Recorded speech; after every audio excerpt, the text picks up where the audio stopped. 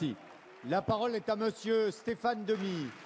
Merci, Président. Madame la ministre de la Justice, le 3 octobre dernier, dans cet hémicycle, j'interrogeais votre collègue ministre de l'Intérieur sur le nombre de sous-préfectures que le gouvernement comptait fermer et sur le nombre de tribunaux de grande instance qu'il comptait réouvrir.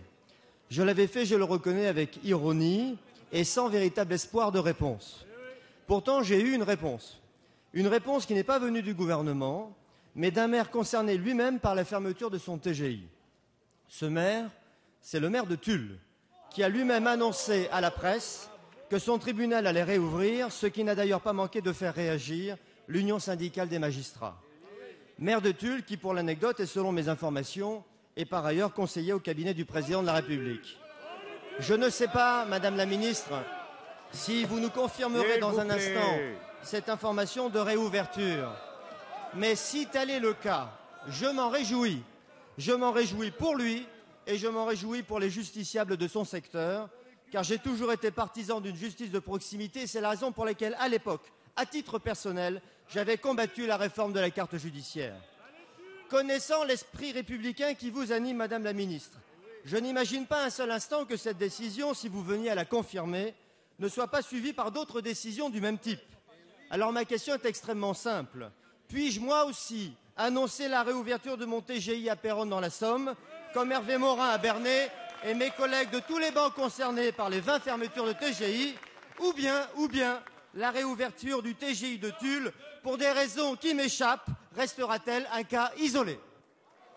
La parole est à Madame Christiane Taubira, garde des Sceaux, ministre de la Justice. Monsieur le Président, que l'on Mesdames, écoute Messieurs, en silence. Messieurs les députés, Monsieur le député, il est intéressant qu'en cette semaine du Congrès des maires, nous soyons obligés de réviser ensemble le Code général des collectivités territoriales. Dans l'état actuel de notre droit, il ne revient pas aux maires de décider de l'ouverture ou de la fermeture d'une juridiction. Par conséquent, la référence que vous indiquez ne peut en être une. Je vais vous rappeler simplement que le Conseil d'État lui-même a fait observer que Tulle était la seule préfecture qui avait perdu son tribunal de grande instance.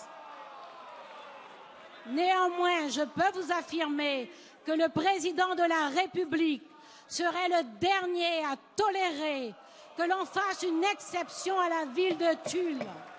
Et il n'a jamais été question, ni de la part du président de la République, ni de la part du Premier ministre, ni de moi-même, de décider d'un régime d'exception pour la ville de Tulle.